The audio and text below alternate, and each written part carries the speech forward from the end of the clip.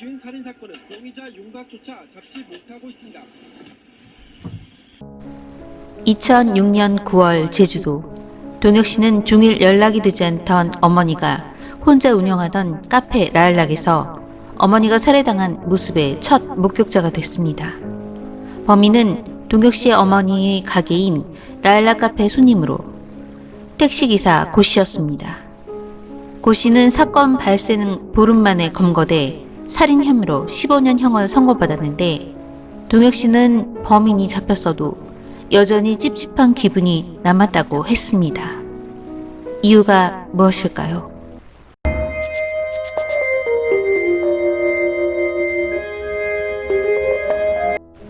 안녕하세요. 저는 미스터리한 사건과 사고를 전하는 콜드케이스 크리스비입니다. 라일락 카페 사건 발생 22일 전 옆 동네 소주방에서도 여주인이 살해당하는 사건이 있었습니다.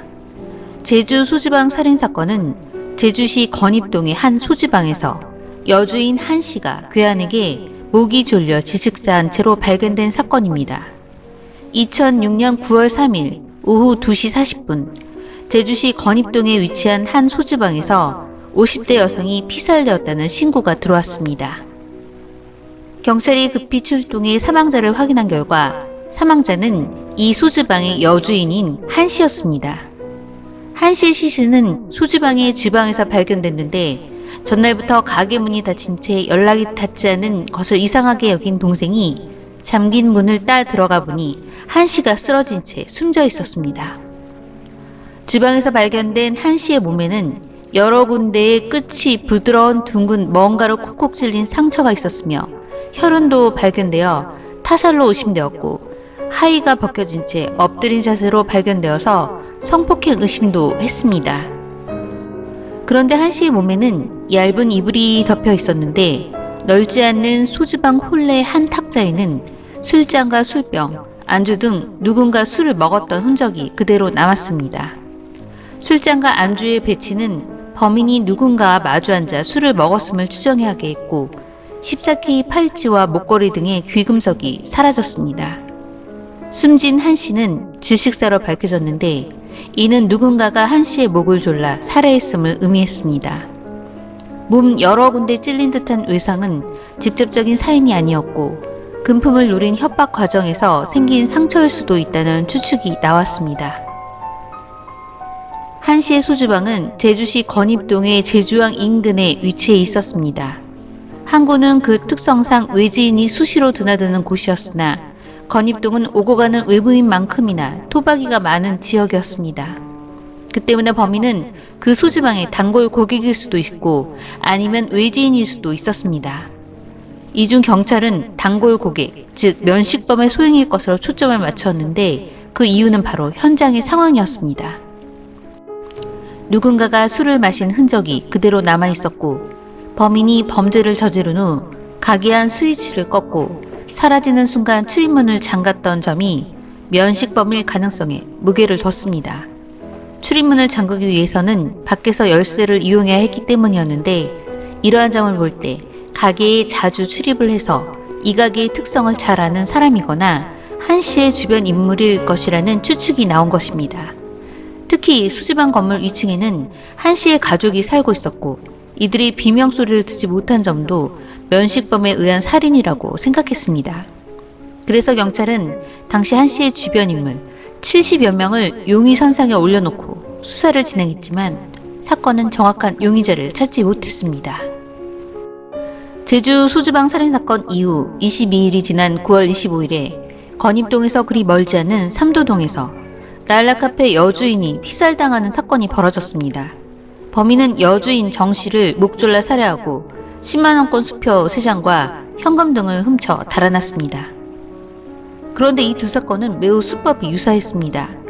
두 사건 모두 새벽 시간대 여성이 혼자 운영하는 술집에서 발생한 점, 피살된 여성들이 목 절려 숨진 점, 범행 후 출입문을 잠그고 전기 스위치를 끄고 달아나는 점과 금품을 훔친 점도 같았습니다.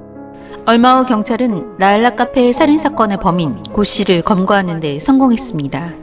범행 현장에서 고 씨의 채모와 피해자의 손톱에서 고 씨의 유전자형이 검출되고 고 씨가 피해자의 수표 및 현금을 소지하고 있다가 사용하고 고 씨의 몸에 있는 상처 등이 증거였습니다. 경찰은 건입동 소주방 살인사건과 삼도동 라일락 카페 살인사건이 매우 유사하다는 점을 들어 두 사건을 동일범의 소행으로 보고 삼도동 살인사건의 범인 고 씨가 두 사건의 범인인 것이 아닌가 조사했습니다. 두 사건의 여러 유사점 가운데에서도 가장 특징적인 흔적은 물이었습니다. 소주방 살인사건에서는 피해자 근처에서 물이 가득 든 양동이가 여러 발견되었고 현장을 물로 정리한 듯한 현장이었습니다. 22일 후 발생한 라일락 카페 사건 현장도 피해자가 발견된 내실에 물이 가득 담긴 물바가지와 분무기가 발견됐습니다. 지하 카페 바닥에 11cm 높이로 물이 차올라 현장은 침수가 되어 있어서 모든 증거는 모두 훼손되었습니다.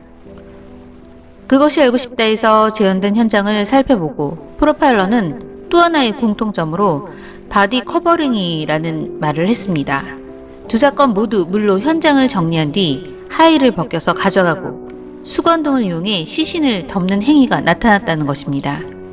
범죄 심리 전문가는 범행의 계획과 수행 과정보다 범행 이후 뒤처리 과정에 더 많은 시간과 노력을 들인 범인의 패턴, 즉 시그니처와 같다고 했습니다. 하지만 고 씨를 건입동 살인사건의 범인으로 볼 만한 물증이 없었고 거짓말 탐지기 조사에서도 죽이지 않았다는 진실 반응이 나왔습니다. 결국 고 씨는 삼도동 살인사건의 범인으로만 처벌받을 수밖에 없었습니다. 소주방 현장에서 지문이 발견되었으나 감식 불능으로 나왔고 끝내 범인을 잡지 못해 2020년 현재까지 14년째 장기 미제 사건으로 남았습니다. 이 사건이 14년째 미궁에 빠지게 된 이유는 2006년 당시 저녁이 되면 인적과 차량이 드물고 CCTV 역시 거의 설치되지 않았기 때문이었습니다.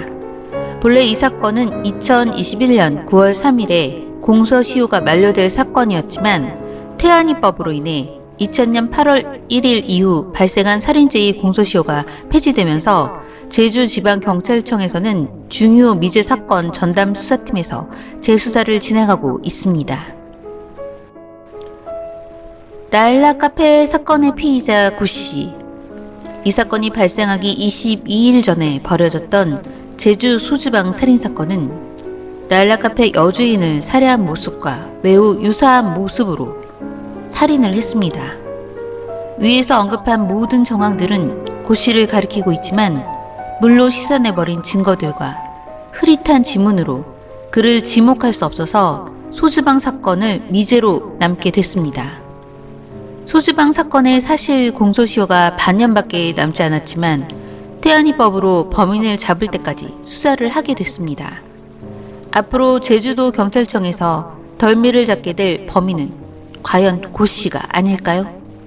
제주 소주방 사건의 범인이 누가 잡히게 될지 정말 궁금합니다. 여러분의 생각도 알고 싶습니다. 저는 콜드케이스 크리스비였습니다. 시청해주셔서 감사합니다.